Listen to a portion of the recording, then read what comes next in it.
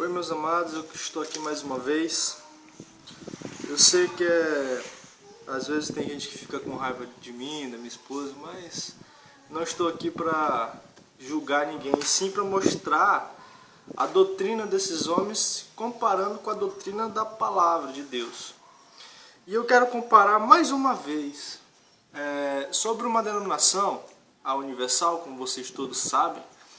Ela faz um propósito, acho que é em dezembro ou em agosto, eu não sei, chamada Fogueira Santa. Ou seja, a Fogueira Santa, para quem não sabe, é um propósito de ganhar alguma coisa em troca.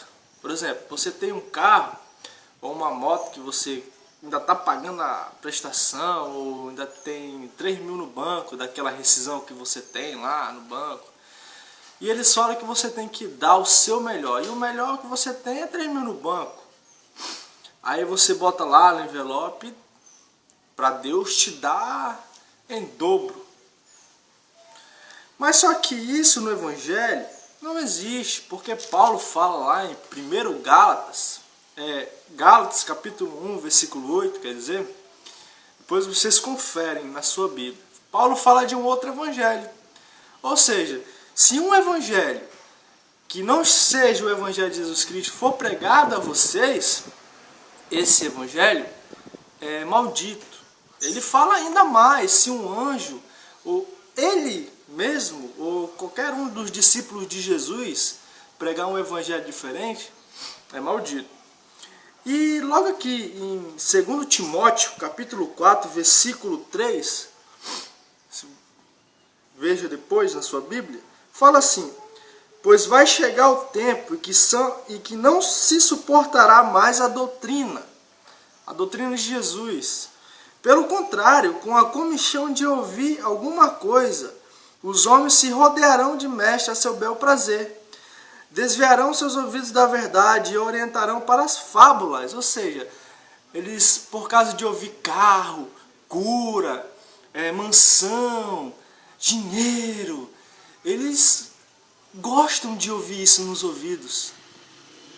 E esses homens estão contando história, cara, porque fogueira santa não se fala na Bíblia. Ou seja, é uma fábula. Vamos lá.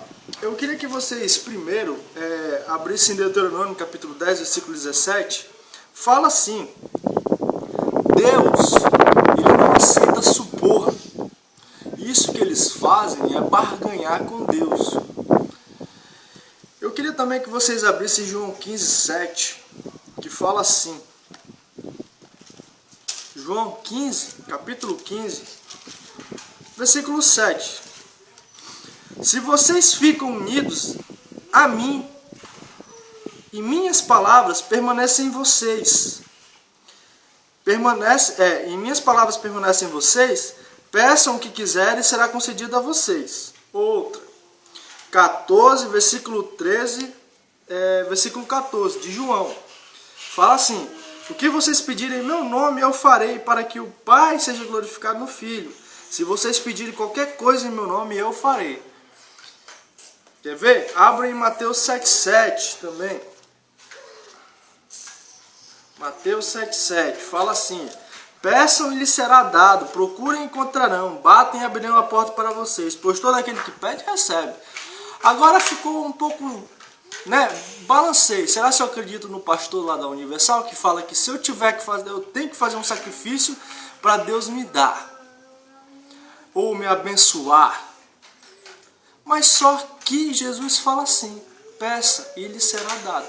Agora, se eu chegar, é a mesma coisa que eu falar para Jesus: Senhor Jesus, a sua palavra, ela não me é suficiente. Porque o pastor lá da Universal, eles falaram que eu tenho que fazer um sacrifício para me ter as coisas. É uma heresia, porque Jesus falou: peça e lhe será dado. Então, irmãos, não ouçam isso. Isso não é do Evangelho. O mestre falou: só pedir. Abram também em Timóteo, capítulo 6, versículo 3 ao 10. Olha só, que interessante. Versículo 3. Isto é o que você deve ensinar e recomendar. Você, pastor, ou discípulo, ou obreiro, ou qualquer um que seja que leia a Bíblia e queira ensinar alguém. Ensine dessa maneira aqui. Não distorça nada. Pois quem ensina coisas diferentes, quem não concorda com as sãs palavras do nosso Senhor Jesus Cristo, e com o ensinamento conforme a piedade, é cego, não entende nada, é doente, à procura de discussões e brigas de palavras.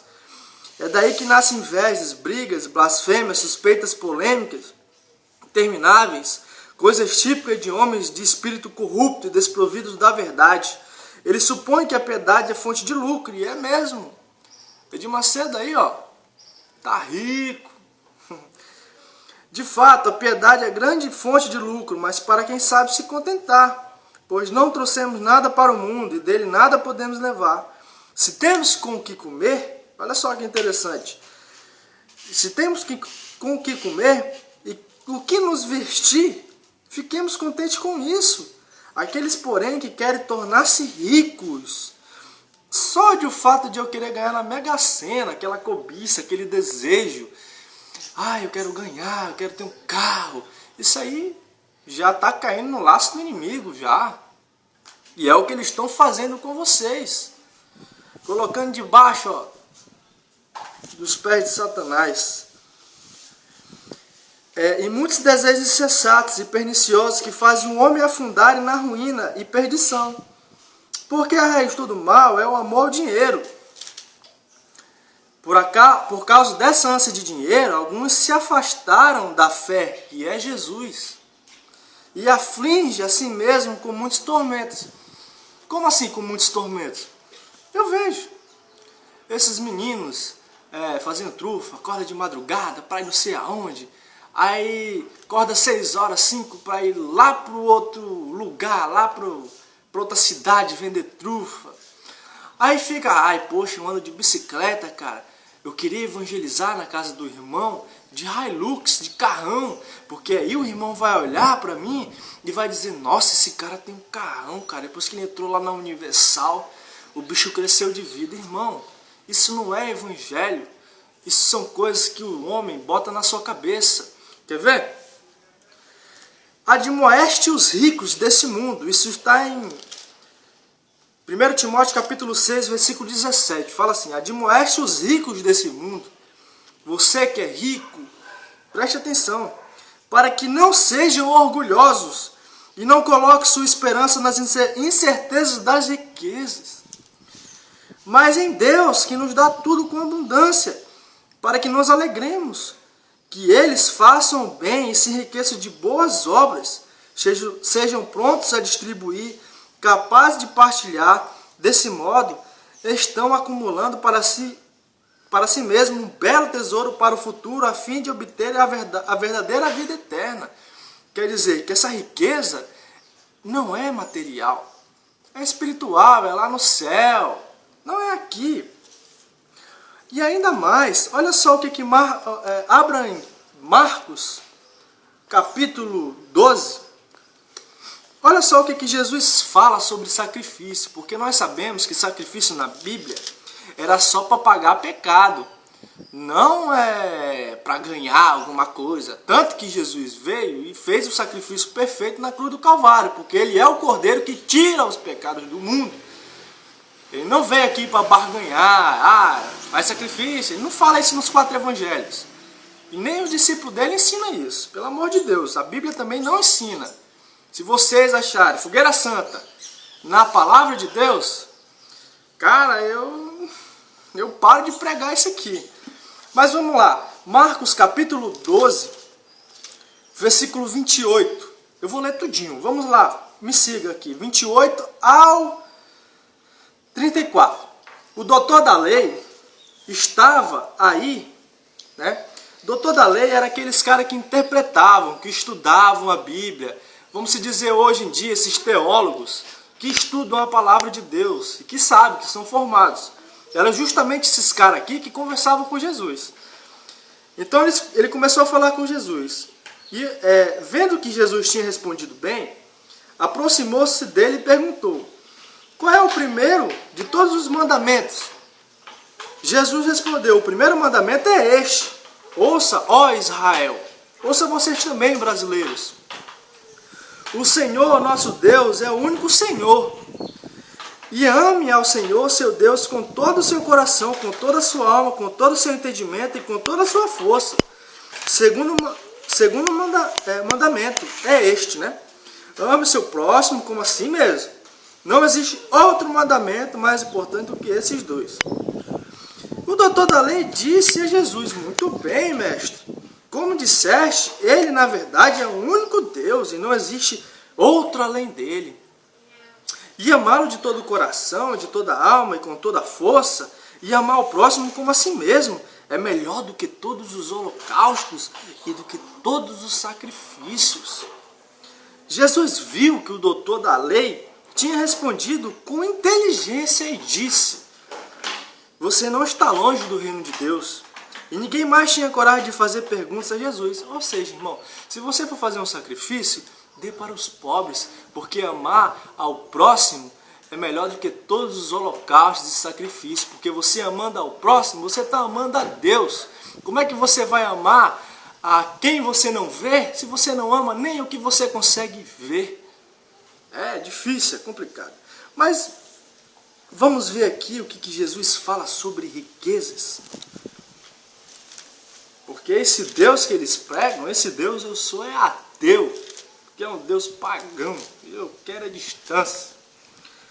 Olha só, Mateus 6, 19, 24. Não ajuntem riquezas aqui na terra, onde a traça e a ferrugem corrói, e onde os ladrões assaltam e roubam. Ajuntem riquezas no céu, onde nem a traça nem a ferrugem corrói, e onde os ladrões não assaltam e nem roubam. De fato, onde está o seu tesouro, aí estará também o seu coração. A lâmpada do corpo é o olho. Se o olho é sadio, o corpo inteiro fica iluminado. Se o olho está doente, o corpo inteiro fica na escuridão. Assim, se a luz que existe em você é escuridão, como será a grande escuridão?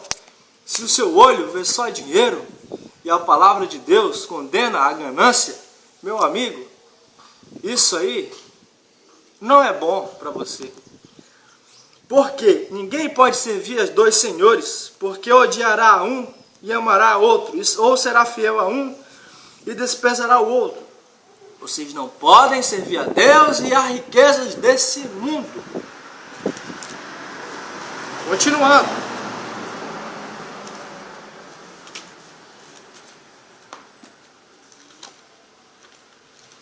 Olha só, versículo 25, continuando. Por isso é que eu lhes digo, não fiquem preocupados com a vida, com o que comer, nem com o corpo, com o que vestir. Afinal, a vida não vale mais do que a comida? E o corpo não vale mais do que a roupa? Olhem os pássaros do céu, irmãos. Olhem os passarinhos.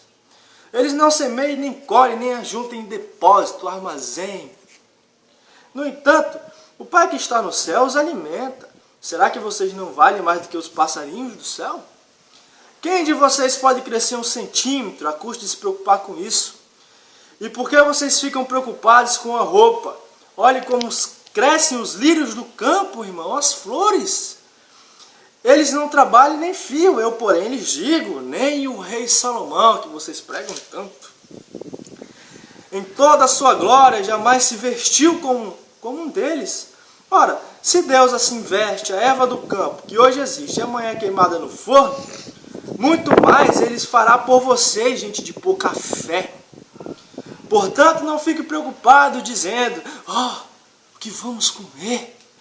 O que vamos vestir? Oh, meu Deus! Os pagãos é quem fica procurando essas coisas. O Pai de vocês que está no céu sabe do que vocês precisam de tudo isso. Pelo contrário, em primeiro lugar, busque o reino de Deus e a sua justiça. E Deus dará, irmão, a vocês em acréscimos todas essas coisas que vocês querem. Acalme-se, peça. Entre no seu quarto e peça ocultamente para que ninguém veja e saiba o que você está pedindo. Portanto, não se preocupe com o dia de amanhã, pois o dia de amanhã terá a sua preocupação. Basta cada dia a sua própria dificuldade. Então, irmão, fique na paz e fique com Deus.